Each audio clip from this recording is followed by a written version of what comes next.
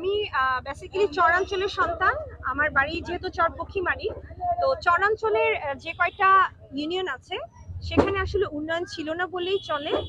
যেহেতু আমাদের সাবেক যে এমপি ছিলেন তিনি আসলে ওনার যে এরিয়া সেই এরিয়ার উন্নয়নই করেছে। এছাড়া আমাদের শেরপুরের যে বাকি যে ইউনিয়নগুলো আছে সেগুলোর কোনো উন্নয়ন নেই বললেই চলে। তবে ইনশাল্লাহ যদি আমি ধানের শীষের প্রতীকের প্রার্থী হতে পারি এবং প্রার্থী হিসেবে জাতীয় সংসদে যেতে পারি, তাহলে আমি অবশ্যই চরাঞ্চলের উন্নয়ন তো করবো, একই সাথে প্রত্যেকটা ইউনিয়নকে সমানভাবে গুরুত্ব দিব। যেহেতু চরাঞ্চলের সন্তান, আমাদের চর এরিয়াতে আসলে অনেক দুর্ভোগ আছে, সড়ক ব্যবস্থার উন্নয়ন নেই, ভালো স্কুল কলেজ মাদ্রাসা নেই। তো এই ব্যাপারগুলো অবশ্যই খেয়াল রাখবো এবং বিশেষ করে স্বাস্থ্যসেবার মান খুবই অনুন্নত। এই ব্যাপারগুলোতে একজন চিকিৎসক হিসেবে আমি সবচেয়ে বেশি গুরুত্ব আরোপ করব। কিন্তু চরাঞ্চল ছাড়াও আমি প্রত্যেকটা ইউনিয়নই সমানভাবে দেখভাল করবো ইনশাআল্লাহ।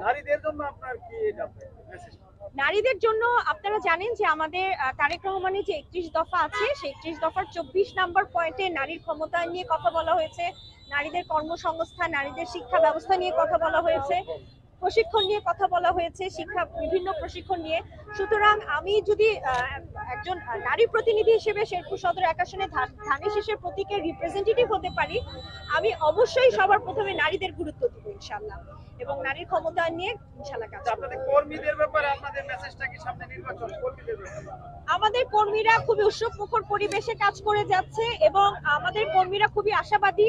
তারা পদে থাকুক অথবা পদে না থাকুক এটা তাদের হেডেক না, তারা ধানের শীষের জন্য কাজ করে যাচ্ছে।